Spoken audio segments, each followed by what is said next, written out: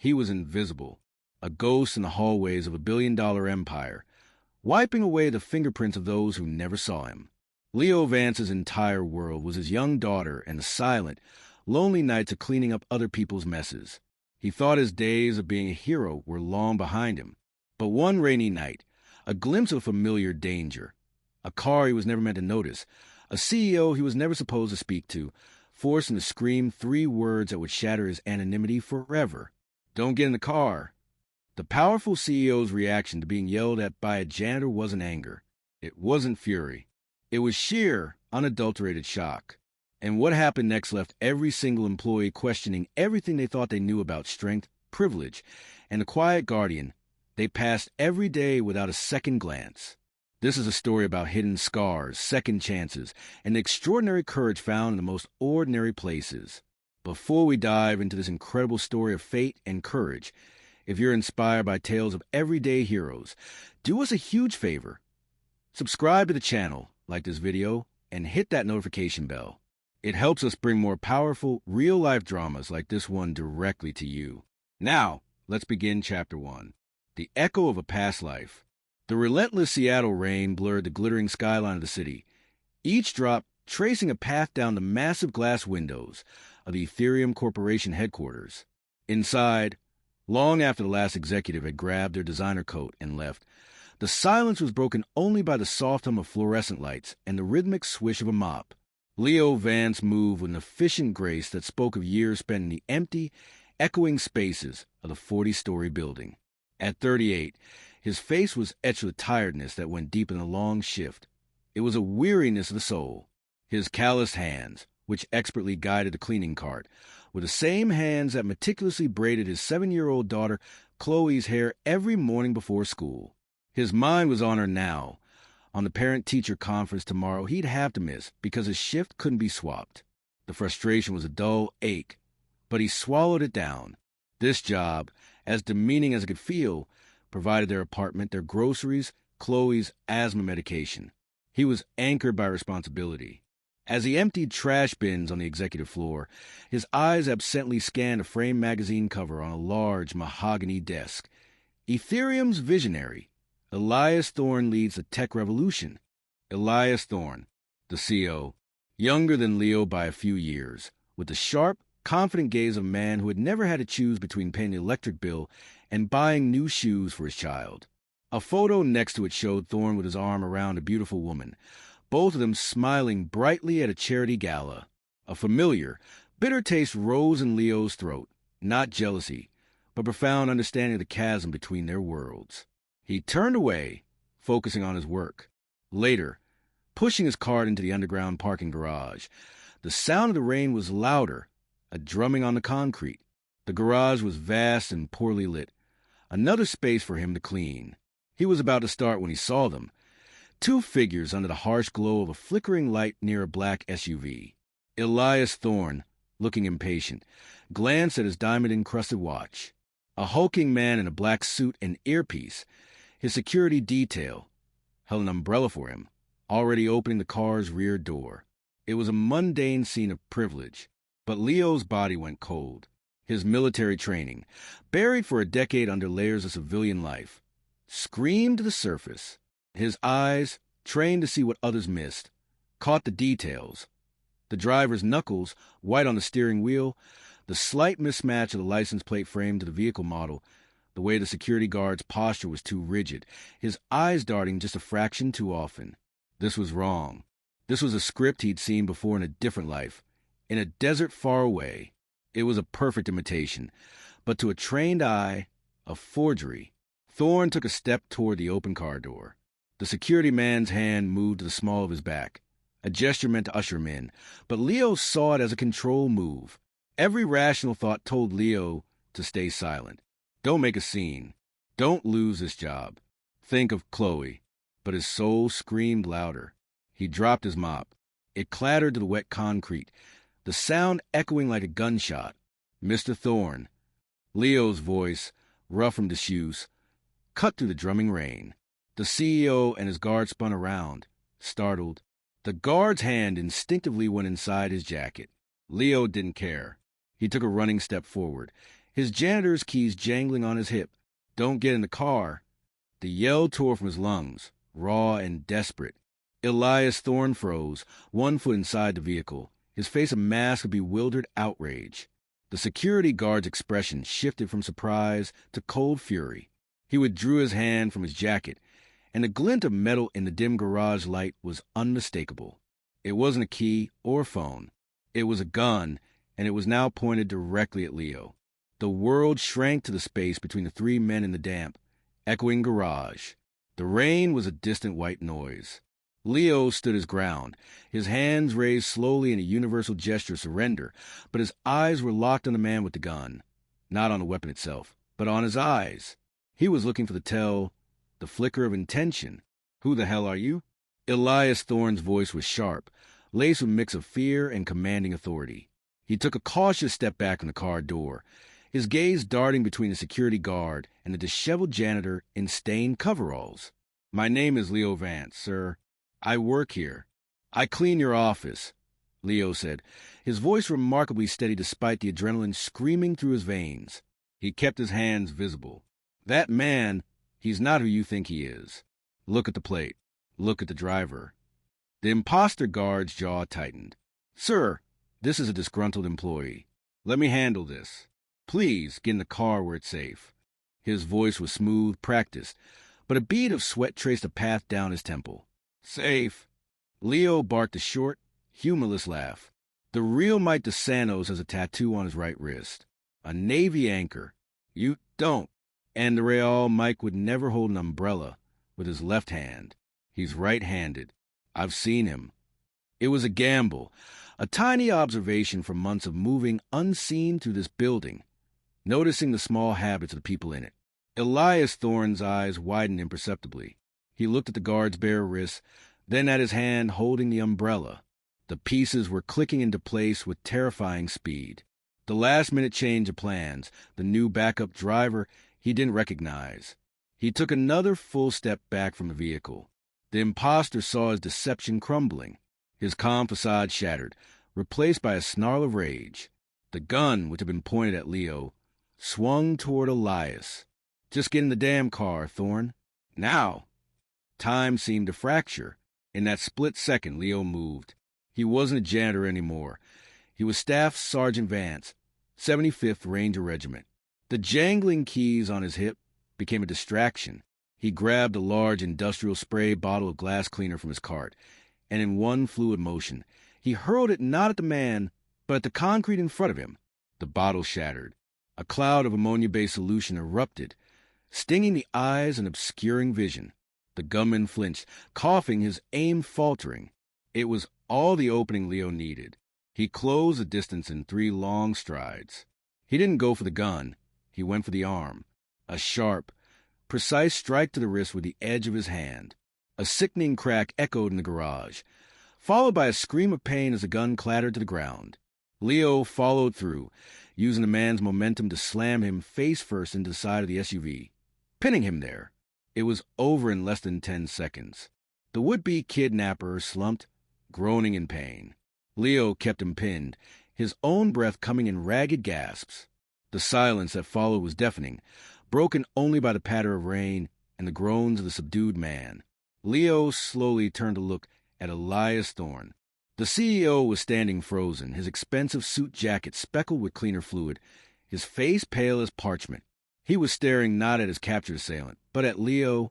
His expression was no longer one of outrage or fear. It was one of absolute, earth-shattering shock.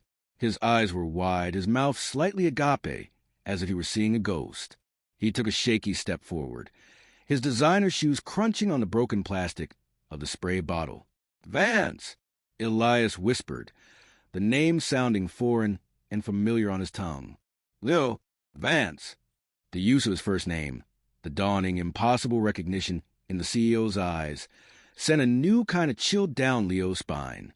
How did this billionaire, this man who lived in a stratosphere Leo could never touch, know his name?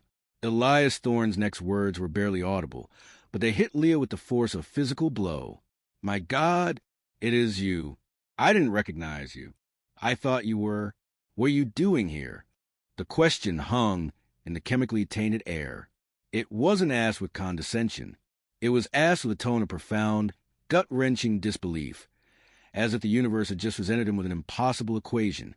The billionaire and the janitor stared at each other, a history between them that every employee in the building could never have guessed, suddenly and violently unveiled in a dank parking garage. The sterile, bright lights of the Ethereum security office felt alien after the shadowy drama of the garage. Police officers moved in and out, taking statements. The imposter kidnapper, his wrist now in a cast, was read his rights and led away, shooting a venomous look at Leo. Leo sat on a stiff plastic chair, giving a statement to a detective. He gave the bare facts, what he saw, why it seemed wrong, what he did. He carefully omitted the specifics of his military background, calling it past training. He was painfully aware of his appearance, his worn janitor's uniform, his tired eyes, in the midst of the polished corporate security team and police. Elias Thorne, on the other hand, held court. He gave his statement with the clipped, efficient tone of a man used to command. But his eyes kept drifting back to Leo, that same look of stunned disbelief still present beneath a venial controlled calm. When the police finally left, satisfied for the moment, the head of corporate security, a gruff man named Evans, clapped Leo awkwardly on the shoulder. "Hell of a thing you did, Vance. The company owes you one." The praise fell hollow, a corporate script being read. Elias dismissed everyone with a wave of his hand. "Evans, give us the room." "Please." The security chief looked surprised but complied, closing the door behind him. The silence in the office was thick and heavy. Leo remained seated, bracing himself for the inevitable, the gratitude, perhaps a check, followed by a polite request to keep this quiet, maybe even a termination. He'd caused an immense scene, after all. He'd prepared for this moment his entire life, it seemed, the moment where he'd be reminded of his place. Elias didn't speak at first. He walked to the window, looking out at the rain-soaked city he ostensibly owned. His shoulders, usually set in a posture of invincible power, seemed slumped. "They were going to take me," he said quietly, almost to himself. "For what? Ransom? Corporate secrets? To kill me?" He turned to face Leo, and the raw vulnerability in his eyes was shocking. "You didn't just save my life tonight, Leo. You saved my company. You saved thousands of jobs. You saved everything." Leo simply nodded, unsure what to say. "I just did what anyone would have done, sir." "No," Elias said sharply, taking a step forward. "No, they wouldn't have. No one else saw it. No one else could have seen it." He ran a hand through his perfectly styled hair, messing it up. "That's not what's... How are you here? A janitor? At my company?" The question was asked not with cruelty, but with a desperate, genuine confusion that unnerved Leo more than anger would have. "It's a job, Mr. Thorne. It pays the bills. It provides for my daughter." Leo's voice held a defensive edge now. He was tired of explaining his existence. Elias flinched as if he'd been struck. "Daughter," he whispered. He looked truly lost for a moment. Then his eyes cleared, filling with a painful resolve. "Leo, you don't remember me, do you?" Leo stared at him, truly looking at him for the first time. Past the expensive suit, the perfect tan, the aura of wealth. He looked at the shape of his eyes, the slight cleft in his chin. A memory, faint and dusty, tried to surface from a different lifetime. A hot desert sun. Sand. A younger face, smudged with dirt and fear. Elias saw the struggle in his eyes. "Afghanistan. 10 years ago. The IED that hit our convoy outside of Kandahar. Our Humvee." The memory crashed over Leo with the force of a tidal wave. The explosion. The ringing in his ears. The heat. The smell of burning metal and fuel. He'd been thrown clear, dazed but functional. He'd crawled back into the wreckage. A young, fresh-faced private was trapped, his leg pinned, screaming for help as flames licked closer. A kid who looked like he should have been in college, not a war zone. Leo had fought the fire, used a piece of debris as a lever, and dragged him out just seconds before the vehicle's fuel tank ignited. The kid's name, his name had been Elliot, Leo breathed, the name feeling strange on his lips. Private Elliot Thornwood. Elias Elliot, nodded, his eyes glistening with unshed tears. They medevaced me out. I got a medical discharge. You stayed. They gave you a silver star. I tried to find you when I got back. I wanted to thank you, but you just vanished. Leo looked away. The memory's too painful. The hero's welcome hadn't existed for him. He'd come home to a different war, a failing marriage, PTSD that no one understood, a struggle to hold down a job. The man who had saved a life in a fiery wreck couldn't save his own life back home. He'd changed his last name back to his mother's maiden name, Vance, wanting to disappear. He'd become a ghost. I didn't vanish, Leo said, his voice thick. I just moved on. Elias Thorne, the tech titan, the billionaire, looked at the janitor who had saved him not once, but twice, and tears finally spilled down his cheeks. The mask of the powerful CEO was completely gone, revealing the terrified young soldier he'd once been. My God, Leo, he choked out. All this time, and you've been here, cleaning my trash. The door to the security office opened suddenly, and Evans poked his head in. Sir, the press is already getting wind of something happening. What would you like us to? Elias didn't take his eyes off Leo. His expression shifted from shattered vulnerability to something else entirely. A fierce, unshakable determination. Cancel my morning meetings, Evans, Elias said, his voice regaining its CO steel, but with a new, profound gravity. And call an all-hands meeting. First thing tomorrow morning. Everyone, and I mean everyone. The command was absolute. Evans, bewildered, simply nodded and closed the door. Leo looked at the man he'd once pulled from fire, now standing in a different kind of wreckage. He had no idea what was coming next, but the shock in Evans's eyes was a mirror of what every single employee of Ethereum would feel in a few short hours. The world was about to turn upside down. The main atrium of Ethereum was designed to impress. Soaring glass ceilings, a living wall of plants, sleek minimalist furniture. It screamed innovation and immense wealth. At 9 a.m. sharp, it was packed. Hundreds of employees, from fresh-faced interns to senior VPs in tailored suits, murmured with curiosity. An all-hands meeting called with zero notice was unprecedented. Whispers of a security incident in the garage had already snaked through the crowd. Leo stood near the back, close to the wall, feeling more exposed than he ever had in his coveralls. He'd been told to be here by a very insistent personal request from Elias Thorne himself. He wore his best pair of jeans and a clean button-down shirt, feeling like an imposter. He wanted to fade into the background, to become part of the wall he usually cleaned. A hush fell over the crowd as Elias Thorne walked onto the modest stage. He looked different. He wasn't wearing his usual power suit.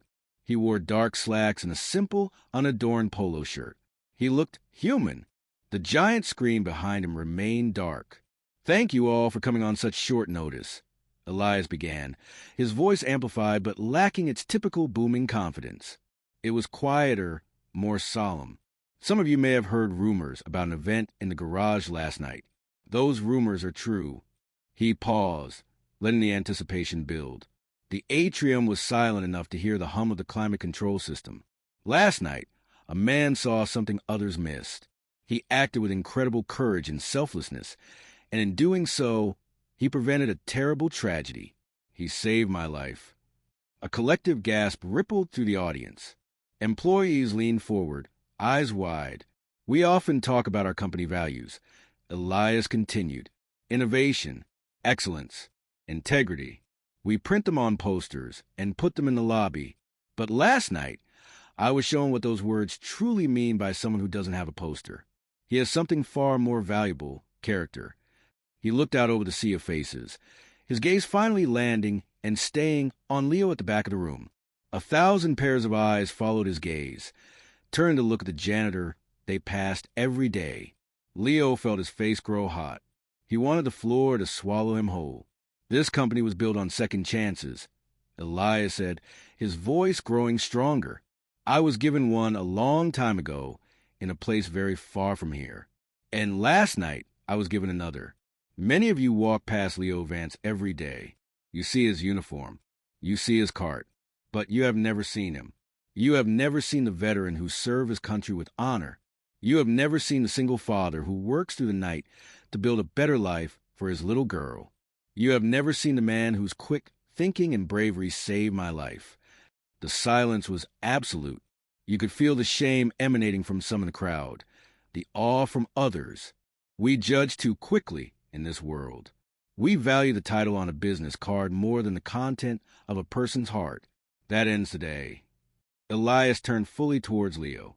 Leo Vance, would you please come up here? Every instinct told Leo to run. But under the gaze of 1,000 people and the pleading, grateful eyes of the man on stage, he walked. The crowd parted for him like a sea. The walk to the stage felt like the longest of his life. When he reached the stage, Elias shook his hand, not a corporate handshake, but a firm, two-handed grip of profound respect. Ethereum doesn't just owe you a debt, Elias announced, his voice echoing through the atrium. It owes you a future. Effective immediately, I am creating a new position, Director of Corporate Security and Personnel Development. You will report directly to me. Your first mandate will be to overhaul our security protocols based on the instincts and experience that saved me. Your second will be to develop a program to ensure we never overlook talent and potential within these walls again, no matter what role they start in. The audience was too stunned to even murmur. A janitor, a director, reporting directly to the CEO. It was unimaginable. Leo stood there, microphone in hand, looking out at the shocked faces. He saw the head of security, Evans's mouth agape. He saw the young interns, looking inspired. He saw the VPs, their minds racing to compute this seismic shift in the corporate hierarchy. He thought of Chloe. He thought of never having to miss another parent-teacher conference. He thought of the long, lonely nights that had finally led to this moment. His voice, when he finally found it, was rough but clear. "Thank you, Mr. Thorne," he said. Then he turned to the crowd. I've cleaned every floor of this building. I've seen the late nights, the hard work every single person here puts in. I've always considered it a privilege to help keep this place running. He took a deep breath, the ghost of his past and the promise of his future colliding in this incredible moment. I look forward to now helping protect it, and the people in it. The applause started slowly, from the back, from the junior staff who understood the seismic shift this represented. It built, wave upon wave, until the entire atrium was thundering with a standing ovation. It wasn't for a janitor who got lucky. It was for a hero they had finally been forced to see. Elias put an arm around Leo's shoulders as the applause washed over them. The billionaire and the janitor, the saved and the savior, the past and the future united under one roof. The employees of Ethereum filed out, their worldview irrevocably altered, understanding that the true measure of man is never found on his business card, but in the courage of his character, and that sometimes the most important people are the ones you've been overlooking all along.